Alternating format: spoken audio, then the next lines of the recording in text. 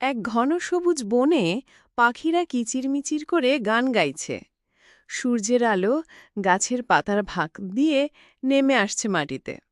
এই বনেরই পথে ধীরে ধীরে হেঁটে আসছে এক বুড়ো কচ্ছপ। তার চোখে ছোট্ট একটা চশমা, হাতে কাঠে লাঠি। তার নাম মেহেদি কচ্ছপ।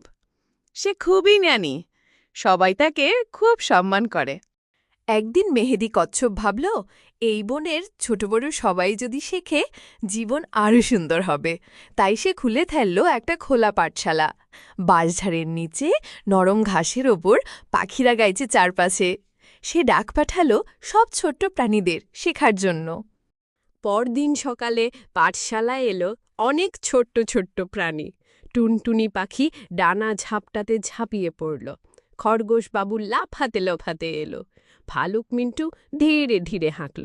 আর শিয়াল ছানাটিকু চোখে হাসি নিয়ে এগিয়ে এলো।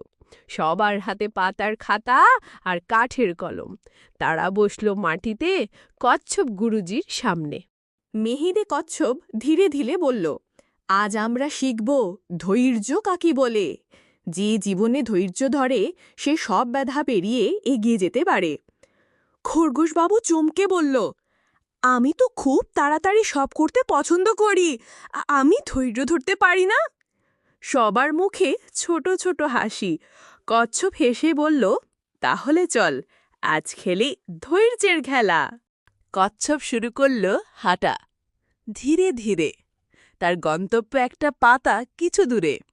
সবাইকে বসে থাকতে হবে নড়াচড়া না করে, যতক্ষণ না সে পাতায় পৌঁছায়। খরগোশ বাবু ছটফট করছে, শিয়ালটিকু হাই তুলছে, কিন্তু টুনটুনি আর মিন্টু চুপচাপ বসে আছো, চোখে শান্তি। অবশেষে কচ্ছপ পাতার কাছে পৌঁছাল। সবাই হাততালি দিল। খরগোশ একটা লজ্জা পেয়ে মাথা নিচু করল, কিন্তু মুখে হাসি ফুটে এল। মেহেদি কচ্ছপ বলল, তোমরা আজ শিখলে ধৈর্য মানে কি, অপেক্ষা করতে জানা, শান্ত থাকা, সেটাই বড় শক্তি।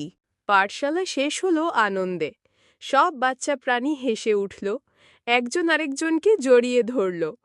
সূর্য ডুবে যাচ্ছে, চারদিকে শান্ত আলো ছড়িয়ে পড়ছে।